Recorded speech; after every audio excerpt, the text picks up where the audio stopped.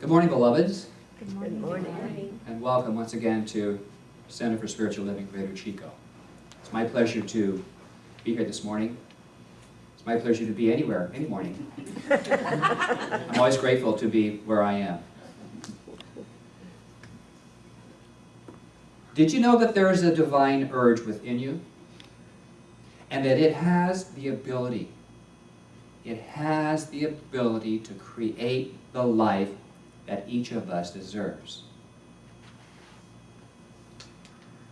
It has the ability to create the life you and I deserve. There's a divine urge within us, and it has the magnificent ability to create the experience we deserve. Well, you may say, not this. This is not the life that I want, or wanted, or asked for. I don't deserve this, whatever this might be, from time to time. So what are you going to do about it? What are you going to do about it?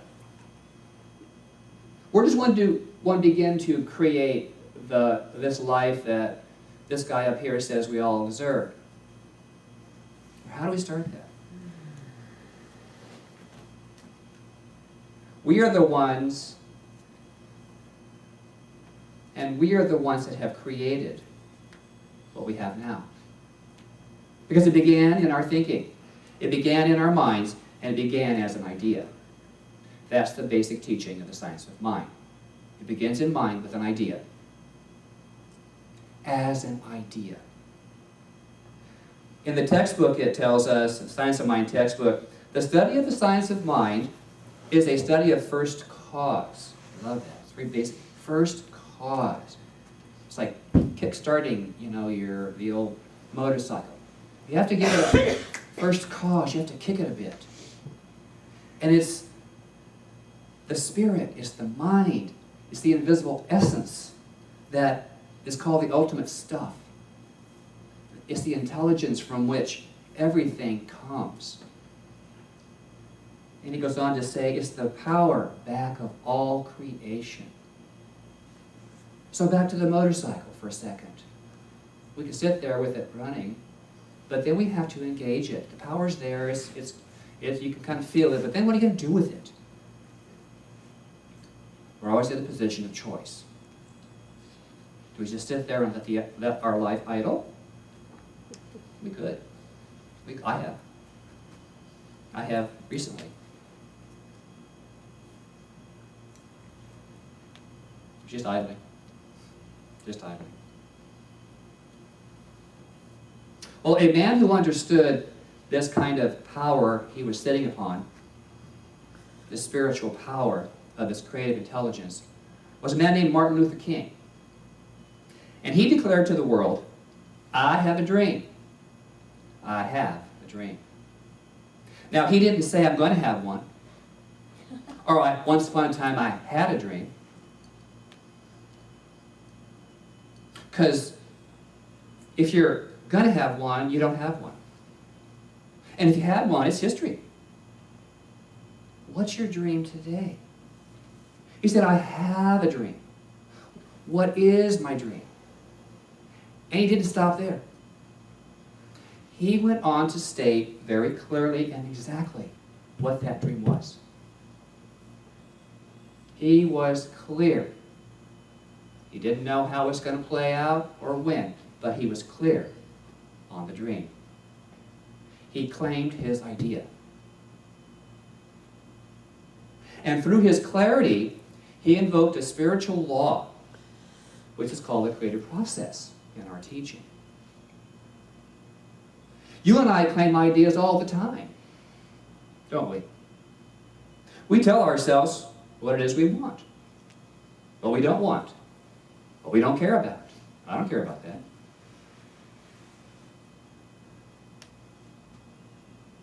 What we want to eat, what we want to wear.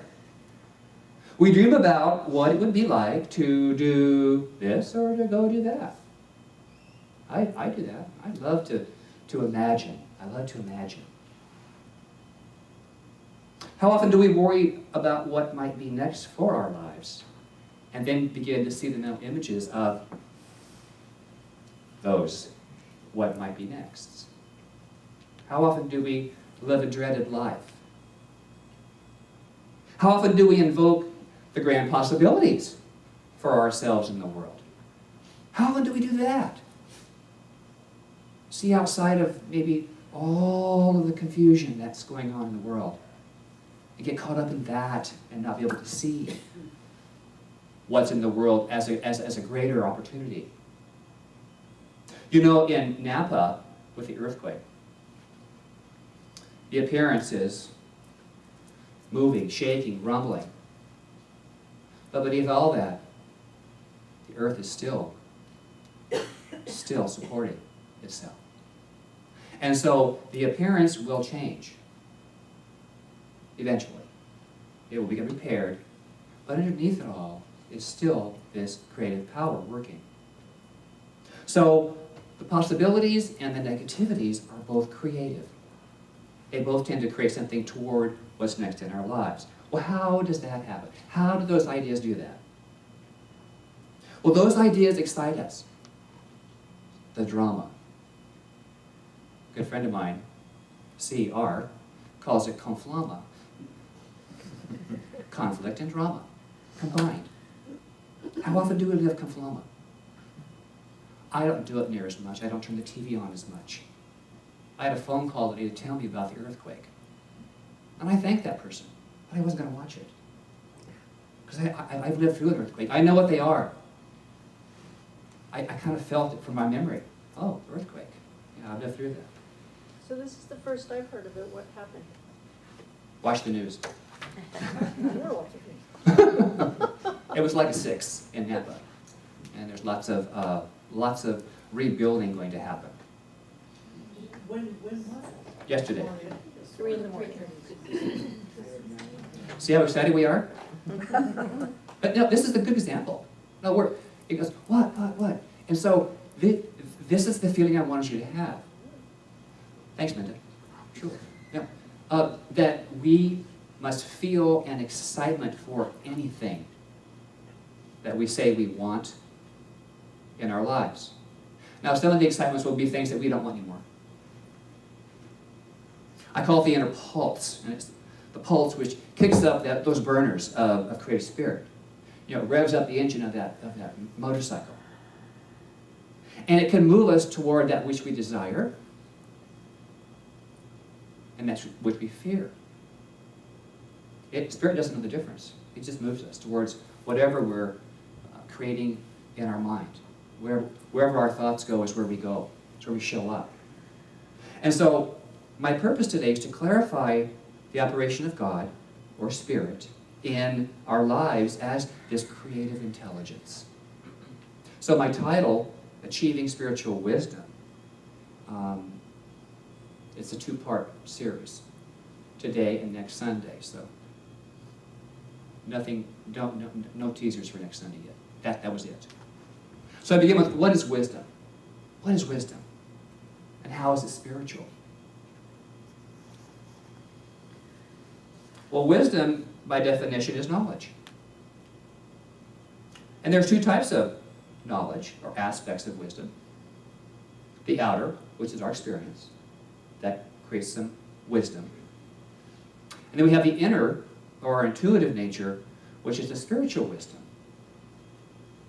Today we're going to explore the outer wisdom and how it influences our lives. Well, the outer wisdom I refer to as the in-the-world wisdom. In-the-world wisdom.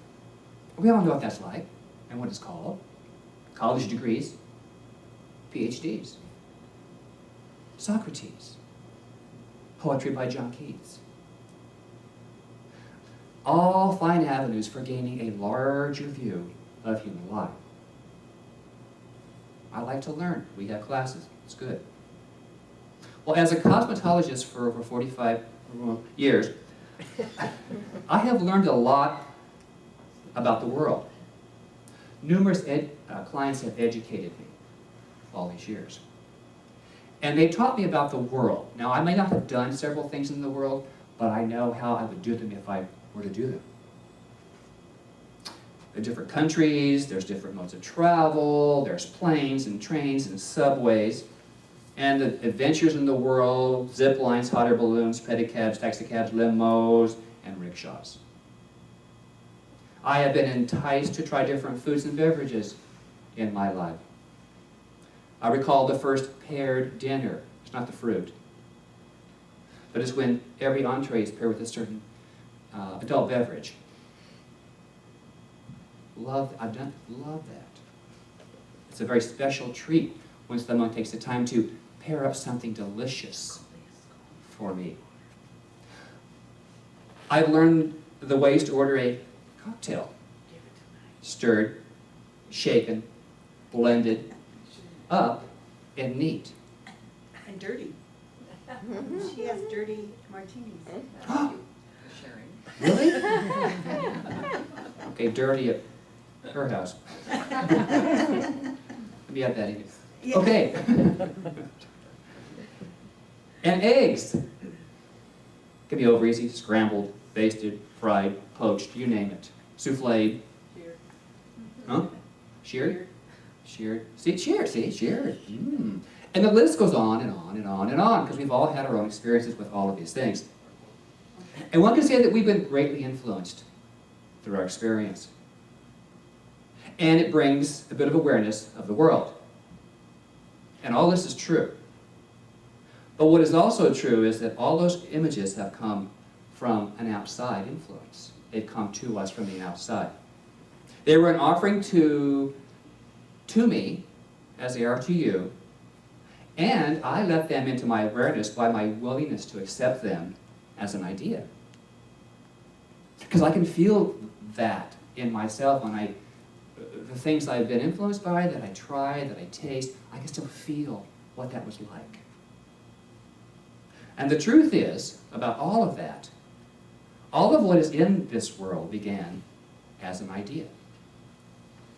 So we have an opportunity in this world then to try on something new as someone else's concept of what they think is good for me and you. Now, someone else's idea of wonderful could be the perfect fit, or it might not. Either way, we've gained some knowledge about the process.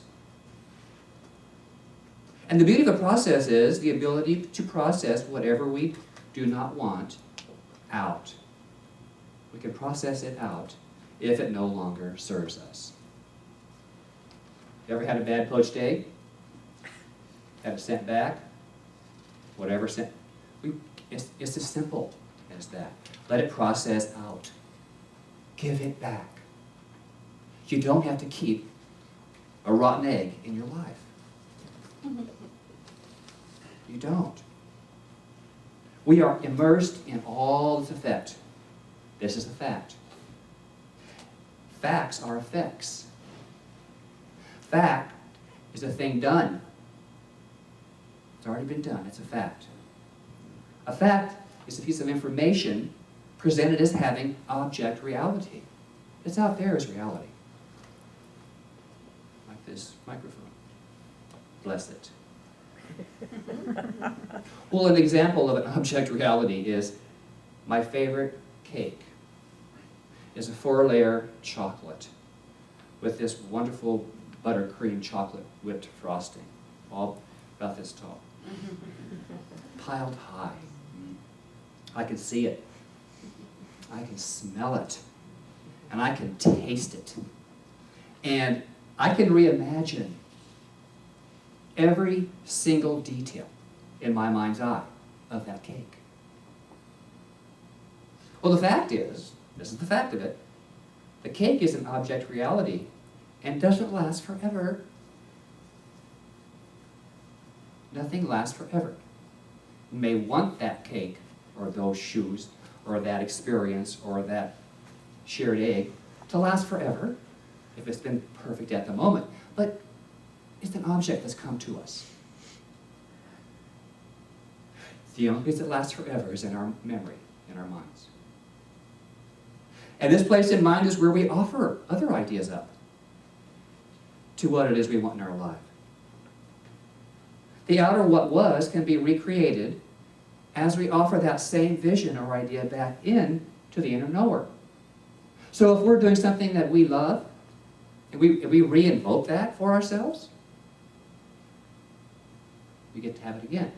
Somehow, somewhere, in some experience. It might look different in the object reality.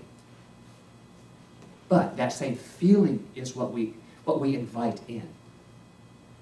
So if we're looking out and seeing drama, trauma, angst and anguish, and focused on that, we're inviting it in unconsciously.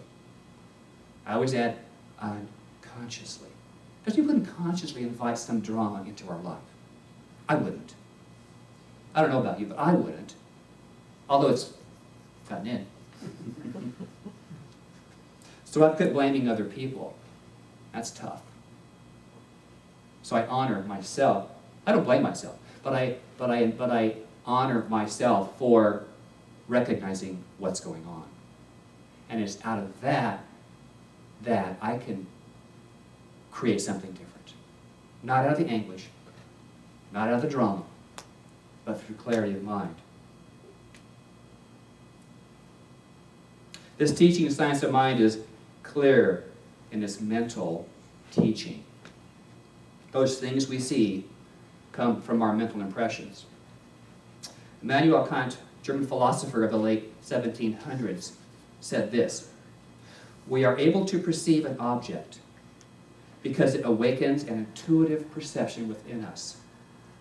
How could it awaken intuitive perception within us unless the medium which created the object didn't already exist within us? The intuitive perception was not the result of perceiving the object, but was itself the cause of the object perceived. The medium is the creative medium of our spirit, that which lies between the idea and the object. And so I liken the medium to the space where our beliefs germinate, where they take root. And it's in this creative area that we get to grow out of. We get to take pride in our creativity. This feeling of awakening is our recognition of that which is already rooted within the medium or soil of our individual mind. Like I said before, it's a quickening, it's a rush. It's a feeling of oneness and unity with all life. And we know it's right when we get that feeling. Whether it's, my favorite chocolate cake, the perfect red pumps that one lets go of, the right relationship, the career, auto, you know it, all by the rush it gives you. But there's a spiritual recognition within us that says, or Either way, it's a rush. Same feeling, different, maybe choice.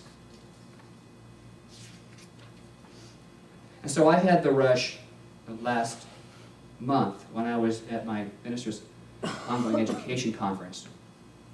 And I would urge, and we're going to do this at the center, we're going to do a day, a vision day, probably in the spring, late spring, to create a purpose statement for your life. And I want to share mine now because I think it's important. This is my purpose statement. This is why I am here. I am here to serve humanity as a joy-filled voice of love and compassion, to embrace the spontaneous nature of spirit, thereby celebrating the abundant life. That's mine. So I share that because that's why I'm here in this object space as well. To be that. To be that. So I'm nurturing this deep root with love and joy that was there, that's now like the beanstalk. It's now taking form. It's now rising up. So, beloveds, identify the objects that you have gathered around you that no longer serve you, as well as those that do. And ask yourself about those that don't serve. Am I willing to let them go? Am I willing to let them go? Because if you're like me, there's more than one. Allow yourself some sacred moments to begin sensing what's next for you. Take time to love yourself enough to breathe, to see what is your taproot, what is your purpose. And so as you ponder and wonder something new, I know there's a shift for you. The beginning of a new paradigm, which is your spiritual wisdom quickening, emerging. I love this. Be giddy with possibility. Be giddy with possibility. Who knows what's in store for you next? In the storehouse of your divine nature. Because that's who you are. Salute. Honoring a salute. So I close with the wisdom of one of my favorite writers, Rumi. Do not be satisfied with the stories that come before you. Unfold your own myth. Namaste. So it is.